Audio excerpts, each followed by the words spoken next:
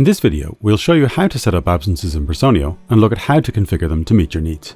You can configure absence types in a lot of different ways, from tracking them in days or by the hour, to requiring employees to nominate substitutes, and determining how they display in your company calendar.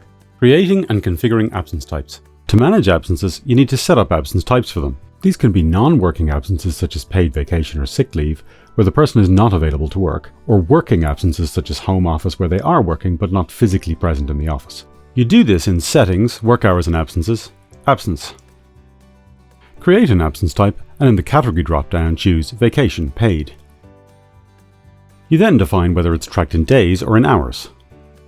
Absences tracked in days let employees take full or half days off, but those tracked in hours are more versatile. They can take a few hours off just for a doctor's appointment, or take time off from, say, one time on one day till the same time on the next day. They can also take a full day absence, but in hours based on their work schedule. So if absent on a 4-hour day, it counts as 4 hours off. Make sure you choose the right unit when setting up the absence, as you can't change it later. Configuring substitutes for absences. You can require employees to nominate a substitute for an absence if you want, or make it optional. They can choose from any employees who have viewing rights for the public profile, but can't select anyone who's also absent, unless it's an absence type such as home office where the substitute would actually be working. Also, if an employee is chosen as a substitute, they won't be able to choose some absence types, such as paid vacation, but they can choose sick leave. If an approval process is set up for this absence type, the substitute has to accept the request before it can begin. Validity Settings. In the Valid On drop-down, you can choose the days this absence applies on. The absence days recorded will depend on how the work schedule intersects with these days.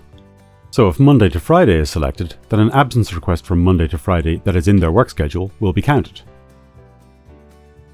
For work schedule including holidays, absence days are based on their work schedule, and leave on a public holiday counts as an absence, but for work schedule excluding holidays, it doesn't. The Monday to Sunday option doesn't take the work schedule into account at all, so any day off counts as a day of absence. Sometimes an employee might work during a day of absence. This could be because it's a working absence type such as home office, or it could be because they actually work during a non-working absence such as paid vacation.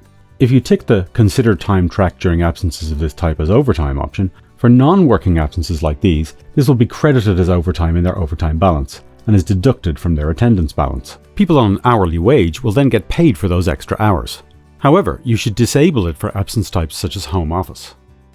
Showing absences in the company calendar. The company absence calendar gives an overview of the absences of colleagues. You can choose whether or not to show the reason for the absence, depending on the employee's access rights. So in Settings, Work Hours and Absences, Calendars, you can set which absence types show as an absence without showing the specific type.